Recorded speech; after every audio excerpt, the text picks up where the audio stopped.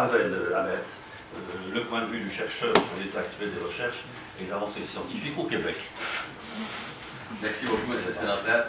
Votre allocution, celle de votre vice-président du Sénat, démontre clairement ce que nous avons besoin. Nous avons besoin de dialogue avec le public, nous avons besoin de dialogue avec la société, dans un domaine où nous sommes en train de changer certains principes de la médecine. Nous sommes en train de bouleverser certaines composantes, surtout vers l'avenir. Ce n'est pas seulement une pratique qui va venir, c'est une pratique qui existe déjà, surtout en oncologie ou dans quelques autres domaines.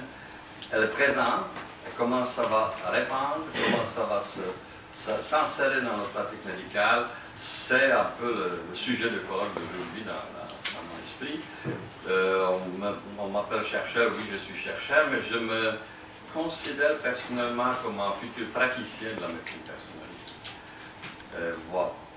Pas débattre de la nomenclature, est-ce que c'est médecine personnalisée ou de précision, c'est cette nouvelle médecine. Il y a de nouvelles caractéristiques dans cette médecine-là que nous avons pratiquées depuis longtemps.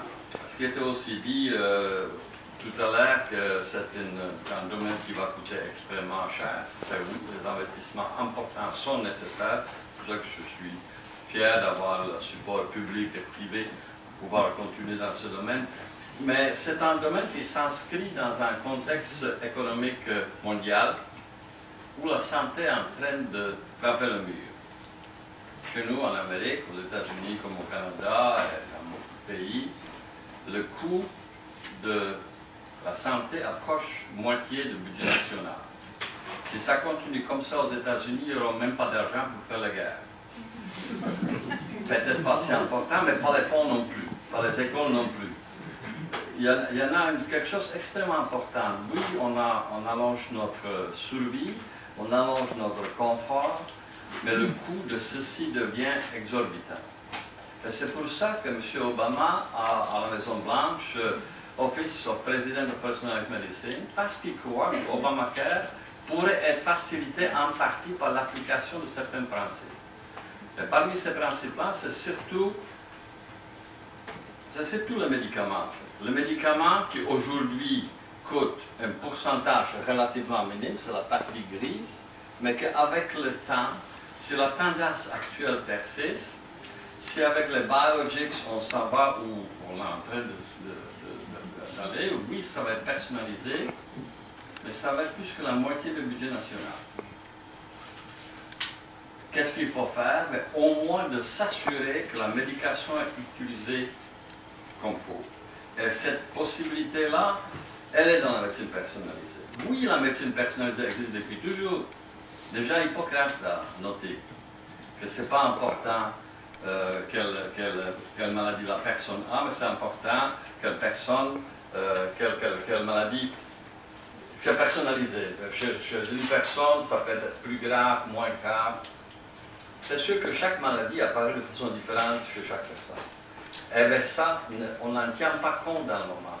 On est devenu objectif dans la deuxième moitié du siècle dernier en choisissant tous les progrès de médecine par l'âge clinical trial, les essais cliniques à grand déploiement.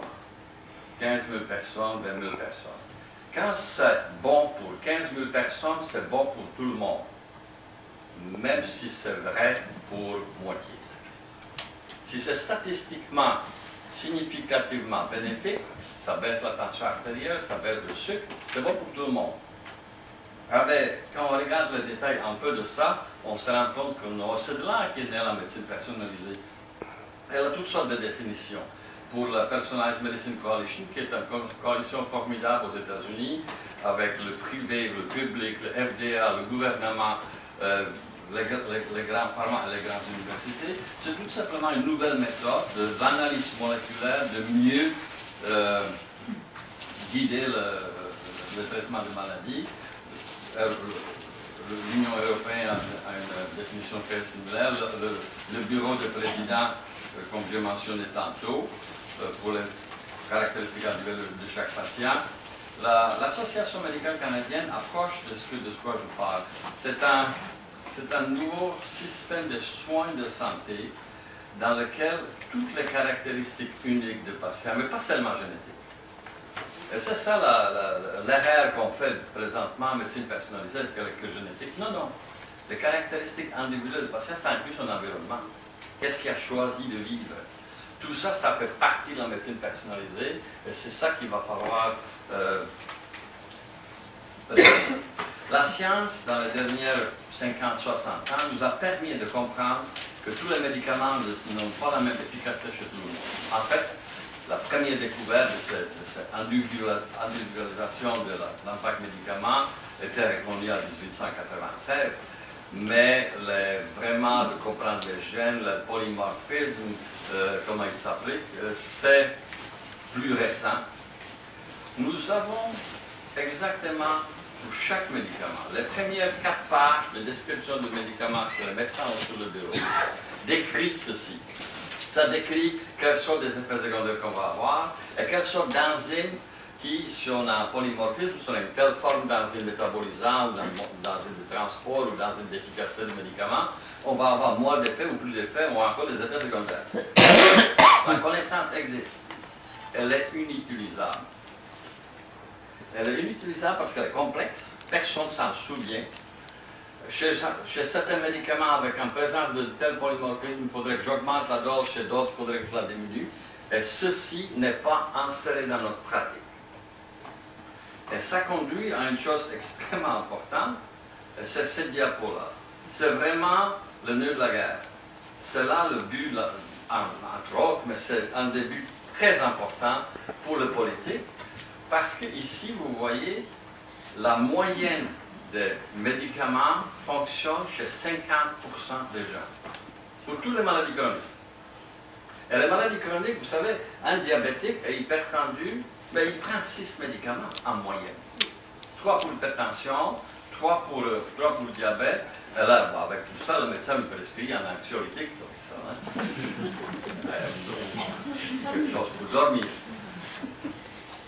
Déjà, par définition, ces gens-là vont avoir des effets secondaires. Par définition, par calcul que nous avons fait, ça donne une hospitalisation de plus par année. La combinaison. Et de plus, inefficacité. En moyenne, 40-50%. C'est-à-dire, chaque fois que je prescris le premier médicament en patient, je réalise que j'ai 50% de chances que ça marche. 3 mois plus tard, comme ça n'a pas marché tout à fait selon les règlements qui m'obligent de suivre, ben j'ai presque un deuxième, un troisième, et après le quatrième, souvent ça marche. Et je ne sais pas si le premier est encore utile. J'ai des chances que 50% de ce que je prescris ne sert à rien. Et les choses qui ne servent à rien ont quand même la capacité de causer des effets secondaires. Et de causer l'hospitalisation. Et ça, c'est moitié de budget.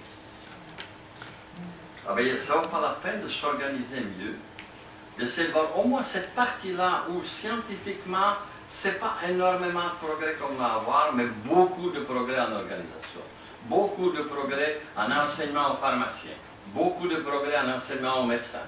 Pour organiser ça de façon la plus conviviale, je ne peux pas exiger des praticiens de se souvenir de tous les polymorphismes. Mais je peux leur donner en image. En image comme un scan.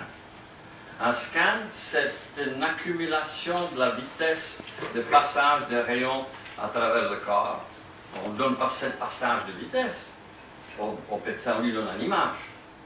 Il va falloir qu'on s'habitue à faire une image avec la génétique. Et c'est cette image qui donne les conseils aux médecins quoi faire avec quel médicament, comment s'adapter à la réalité génétique du patient dans son contexte social et comment donc mieux traiter. Pour moi, c'est ça la médecine personnalisée.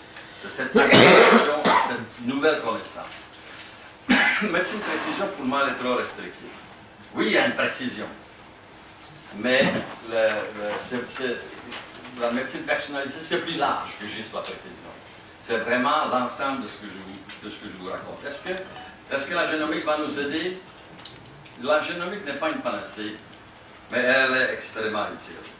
Ça a commencé par les généticiens, maladies monogéniques. Aujourd'hui, technologiquement, c'est simple. Technologiquement, c'est des puces. Ma chef technicien ici a dans la main C'est une série de couleurs, en fait, millions d'informations par individu présentement, depuis courant. On est rendu dans 10 millions en ce moment. Et avec ça, la médecine personnalisée, elle a commencé avec des groupes sanguins, bien entendu. Elle a commencé sur le favisme, elle a commencé avec des médicaments. Et aujourd'hui, on peut s'inspirer de ce qui se fait en Australie. Ça, c'est les opinions de nos collègues de Down Under. C'est une médecine qui a la capacité de prédire le développement de la maladie et d'influencer le choix, le style de vie et d'ajuster la pratique médicale en individu. Donc c'est beaucoup plus loin que juste la génétique. C'est vraiment l'ensemble de personnalisation de ce que nous apprenons sur le patient. Son utilité, bien entendu, le diagnostic, l'évolution des risques, les bénéfices d'une intervention, l'adaptation des modes thérapeutiques, encore là, dans le contexte complexe des patients. Nous avons commencé cette médecine, cette recherche-là, on commence dans les choses simples. On a commencé dans une population qui est plus homogène, à Lac-Saguenay-Saint-Jean, où c'est des migrants qui viennent d'ici il y a 1608. Donc les grandes familles qui sont expandues. Et déjà là, nous avons vu, je suis un petit exemple, juste la réponse au stress. La réponse au stress, c'est fortement génétiquement déterminé. Les frères 5 minutes. Non, c'est moi. Enfin, même la réponse au stress est liée avec obésité, hypertension et la tendance à l'abus de substances, parce qu'il diminue le stress. Donc déjà au départ, et tout ça c'est génétiquement déterminé, même l'abus de substances est génétiquement déterminé. Bien entendu, la pression environnementale compte. Donc c'est des systèmes complexes, c'est des systèmes de transmission neuronale que nous avons décrits récemment. Dans le domaine du diabète, beaucoup de surprises. Diabète, les gens pensent c'est parce que c'est de l'obésité, parce qu'ils mangent mal. Non. Grosse partie est génétiquement déterminée. Bien entendu, la pénétrance de cette génétique-là, elle est influencée par l'environnement que le patient subit. Mais souvent, c'est les gènes qu'on ne s'attendait pas. C'est ça la médecine personnalisée. C'est ça cette nouvelle médecine. Je ne pensais pas que je vais avoir des génétiques de complications de diabétiques dans les gènes inflammatoires. Et c'est ce qu'on est en train d'apprendre. Et les gènes inflammatoires, dans les ensembles, comme ici, déterminent le taux de cholestérol. Encore là, taux de cholestérol, taux de triglycérides, ce n'est pas seulement ce qu'on mange, c'est ce que nous avons hérité de nos parents. Donc c'est l'ensemble de ces choses-là qu'il faut considérer. Bien entendu, tout ça a commencé par les médicaments de choix pour le cancer du sein, de choix pour le Herceptin qui était le modèle. Aujourd'hui, nous en allons dans cette direction-là. Nous allons être capables de détecter les gens susceptibles à une médication et les gens résistants à une médication, et de ça de trouver, de choisir des patients ou encore de choisir de nouveaux médicaments. Voilà. Merci beaucoup.